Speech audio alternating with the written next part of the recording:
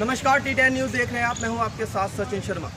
अगर आपने the Kashmir file film देख ली है तो फिल्म में दिखाए गए किरदारों को लेकर आपके मन में उत्सुकता जरूर होगी, और हो भी क्यों ना, क्योंकि ये फिल्म सच्ची घटना पर आधारित है।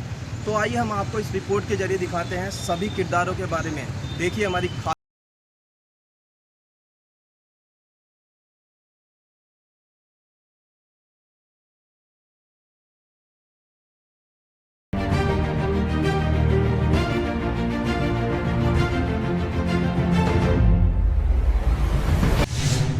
द कश्मीर फाइल्स फिल्म में दिखाई गई है कश्मीरी पंडितों की कहानी। फिल्म में पल्लवी जोशी निभाती हैं जेएनयू प्रोफेसर राधिका मेनन का रोल। असल जिंदगी की जेएनयू प्रोफेसर निवेदिता तिवारी पर बेस्ड है यह कैरेक्टर। 2016 में वायरल हुआ था भाषण, वही सीन फिल्म में दिखाया गया है। अगर आपने द कश्मीर फाइल देख ली है तो कई किरदारों को लेकर आपके मन में उत्सुकता होगी, क्योंकि फिल्म सत्य घटनाओं पर आधारित है तो उसके किरदार भी असल जिंदगी से ही प्रेरित हैं। द कश्मीर फाइल्स में पल्लवी जोशी ने दिल्ली की जवाहरलाल नेहरू यूनिवर्सिटी यानी जेएनयू की प्रोफेसर राधिका मेनन की भूमिका अदा की है। उनका कैरेक्टर जेएनयू स्टूडेंट को कश्मीर की आज़ादी के लिए भड़काता नजर आता है। फिल्म के लीड कैरेक्टर कृष्णा पंडित को ब्रेन वॉश करने में मेनन कोई कसर नहीं छोड़ती। वह उसका संपर्क आतंकी बिट्टा कराटे से भी कराती है, जो JKLF के प्रमुख फारूक अहमद डार पर आधारित है। पल्लवी जोशी का कैरेक्टर असल में जेएनयू की प्रोफेसर निवेदिता मेनन से प्रेरित है। 2016 में निवेदिता के जेएनयू छात्रों के बीच दिए गए भाषण पर खासा विवाद हुआ था। उस भाषण को फिल्म में प्रमुखता से दिखाया गया है। ये और मैं जल्दी से 3 रीजन्स की बात करूंगी, बहुत ही जल्दी, क्योंकि बार बार जब ये बात उठती है। अभी मैं कहीं गई थी जहाँ एक्चुअली त्रिवेंद्रम गई थी, जहाँ एक साइंस स्टूडेंट ने मुझसे कहा कि हमें कभी क्यों नहीं सिखाया गया कि कश्मीर का एक्सेशन कैसे हुआ हिंदुस्तान में। हमें स्कूल में ये क्यों नहीं सिखाते, क्यों यही सिखाते हैं कि Kashmir is an integral part of India.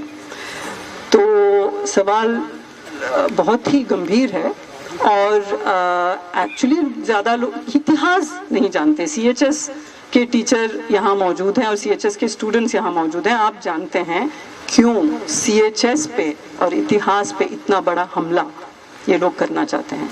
क्योंकि इतिहास एक बार हम जान गए तो राष्ट्र के सारे रहस्य खुल जाएंगे, राष्ट्रवाद का पोल खुल जाएगा। प्रोफेसर निवेदिता मेनन के परिचय में लिखा है कि वे पॉलिटिकल थियरी, फेमिनिस्ट थियरी और इंडियन पॉलिटिक्स में स्पेशलाइजेशन रखती हैं। यूनिवर्सिटी के centre for comparative politics and political theory में पढ़ाने वाली निवेदिता की एजुकेशन सेक्टर में अपनी पहचान है। जेएनयू में आने से पहले उन्होंने 15 साल तक लेडी श्री राम कॉलेज में पढ़ाया। प्रोफेसर निवेदिता के विचार काफी विवादास्पद रहे हैं। तो जब हम कहते हैं बार बार इंडिया इंडिया, 15 अगस्त 1947 में उस वक्त, उस मोमेंट पे इंडिया जिसे हम कह रहे हैं, उसके कई जगह ऐसे थे, कई रीजन्स ऐसे थे जिनकी अपने स्वायत्त इतिहास थे, completely autonomous of the nation state. वो सीधे ब्रिटिश गवर्नमेंट के, ब्रिटिश सरकार के साथ वो डील कर रहे थे, नेगोशिएट कर रहे थे, और उनकी अपना इतिहास था। लेकिन इस सब को एक तरफ करके इंडियन स्टेट ने एक बड़ा स्टेप लिया कि ये सब हमारा।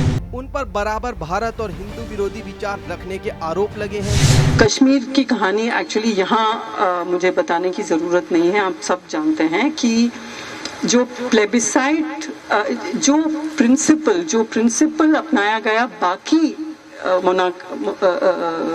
किंगली स्टेट्स के लिए, जैसे जूनागढ़ को लीजिए। जूनागढ़ के रूलर मुसलमान थे, लोग हिंदू थे, वो चाहते थे कि वो पाकिस्तान के साथ जाए, लेकिन प्रिंसिपल ये दोहराया गया कि लोग क्या चाहते हैं, और लोगों ने चाहा, क्योंकि हिंदू मेजॉरिटी था, कि हिंदुस्तान के साथ रहेंगे, तो जूनागढ़ हिंदुस्तान में आ गया। और ऐसे कई और स्टेट्स भी थे, लेकिन कश्मीर में ये हुआ कि जो एक्सेशन हुआ पाकिस्तानी, वो ट्राइबल इन्वेजन के बाद, वो एक्सेशन एक शर्त पे हुआ था कि और कश्मीर आपको आप जानते ही हैं मुस्लिम मेजॉरिटी और हिंदू रूलर, तो वही प्रिंसिपल अपनाया जाना चाहिए था जो जुनागढ़ के साथ हुआ था, नहीं हुआ।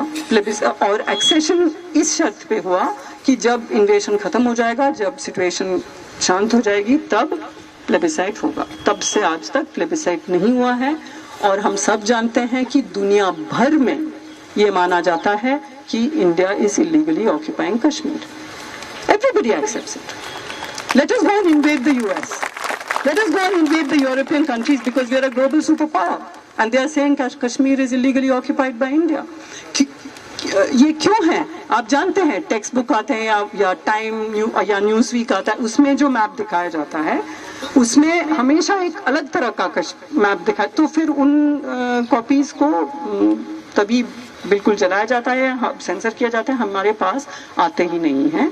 तो जब दुनिया भर में इलीगल ऑक्यूपेशन की बात हो रही है कश्मीर की, तो हमें सोचना चाहिए कि आज़ादी एक नारा उस तरह का नहीं है, और मतलब बिल्कुल जायज़ नारा है।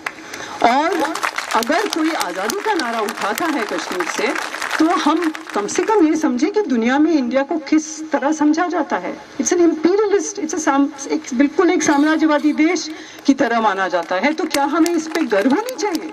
गर्व होना चाहिए। वहीं जो लोग इस फिल्म को देखकर आ रहे हैं, उनके अंदर एक गुस्सा देखने के लिए मिल रहा है। लोग जय श्री राम के नारे लगाते हुए थिएटर से बाहर आ रहे हैं। इन सब के बीच एक सवाल जो महत्वपूर्ण है, ये है कि क्या कश्मीरी पंडित की घर वापसी होगी, और होगी तो कब तक होगी? सरकार इसके बारे में क्या कदम उठा रही है?